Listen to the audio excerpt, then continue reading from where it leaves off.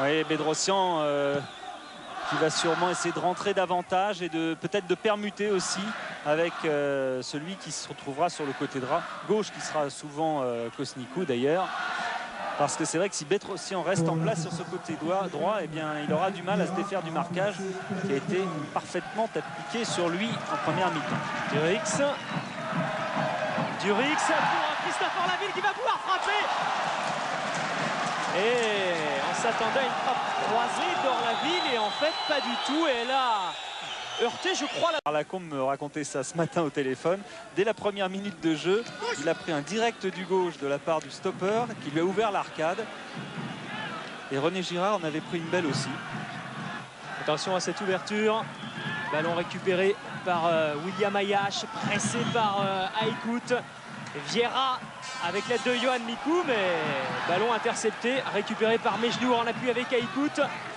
Et c'est Durix qui est obligé de redescendre très très bas pour s'emparer de cette balle et tenter de la donner à Mikou.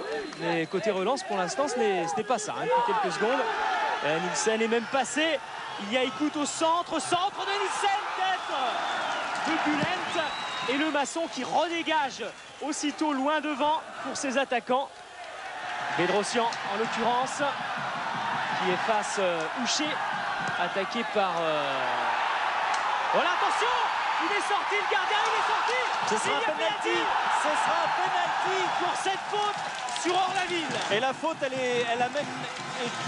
est même venue de très très loin. Il y a eu plusieurs fautes et c'est un penalty, on va le voir, complètement justifié. Il y a une balle qui échappe avec peut-être une main déjà de Semi. Et là, une première fois, il est empêché par le gardien. Et là, la deuxième fois, il est un petit peu moins net. Mais enfin, de toute façon, c'est vrai qu'il y avait une faute. Et donc, un penalty. Cannes en mesure d'ouvrir le score.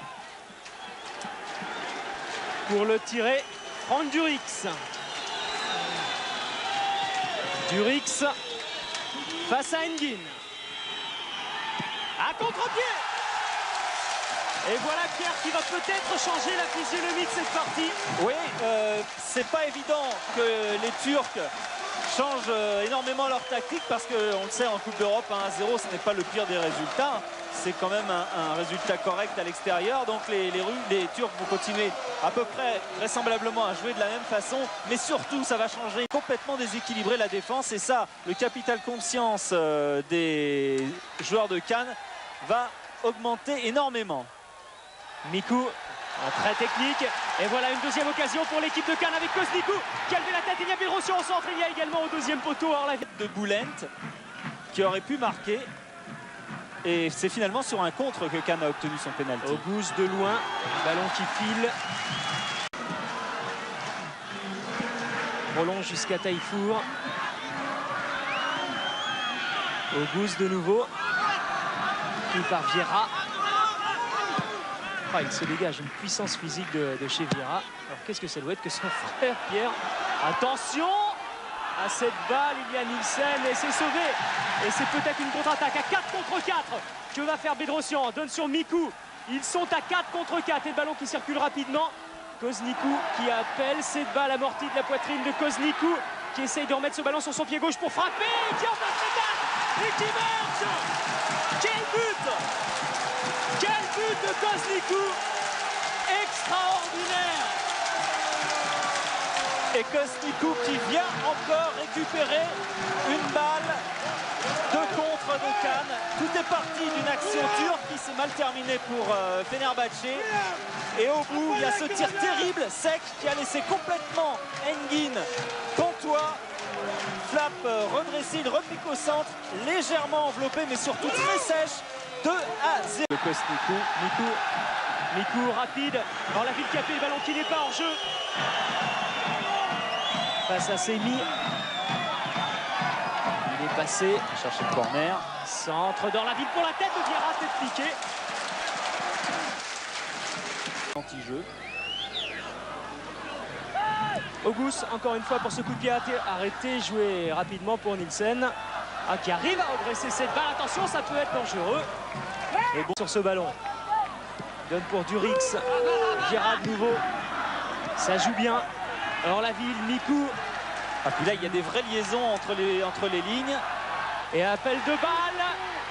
Oh, c'était bien fait de la part de Kozniku. Et pourtant emmener le ballon sur une aire un peu plus confortable sur le côté gauche. Il a regardé et il n'y avait pas de solution. Bedrosian, bien joué, il est à l'origine de cette action. Yohan Mikou, il y a encore peut-être un coup à jouer là avec Yohan Mikou qui essaye de marquer Ouché, qui essaye de le prendre de vitesse, mais Ouché revient bien. Oui, il revient bien en s'étant bien accroché aussi parce qu'il était battu.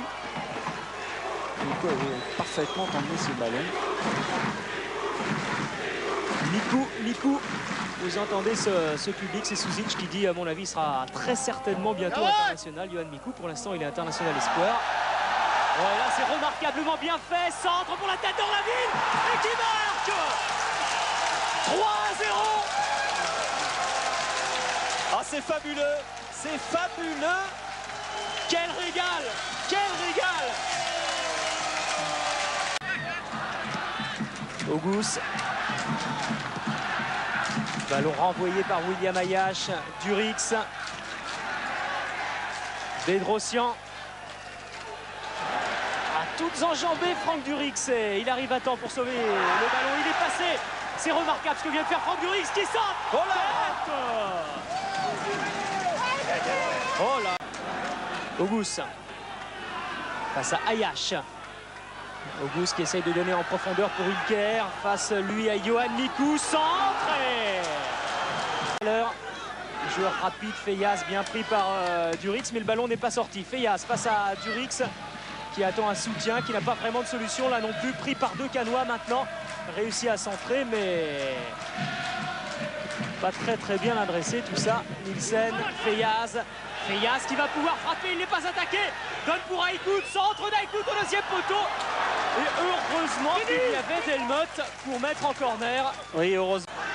Et frappe d'Aïgoun. Attention à ne pas laisser trop d'espace. Taillefour. Ilker. Avec Feyaz. Taillefour, encore une fois, déviation d'Aïkout pour Feyaz, reprise à côté des buts de Lemasson.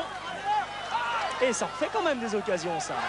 Ouais, mal contré au dernier moment sur ce tir de Feyaz qui la voyait sûrement déjà au fond. Regardez, Auguste qui se précipite, qui va toutes enjamber pour tirer ce corner.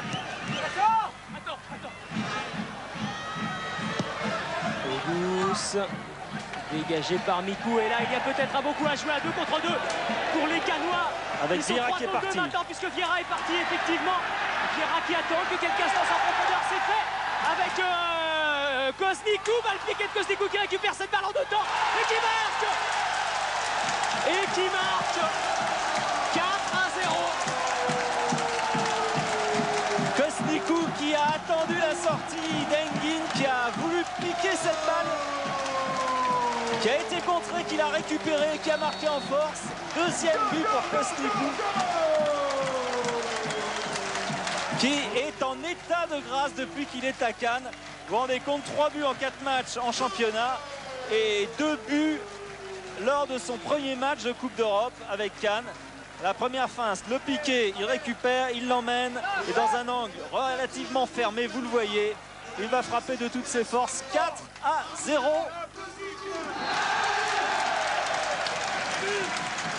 L'affaire semble bien engagée. Avec Durix. Mais encore une fois, il y avait l'intention. Aïgoun.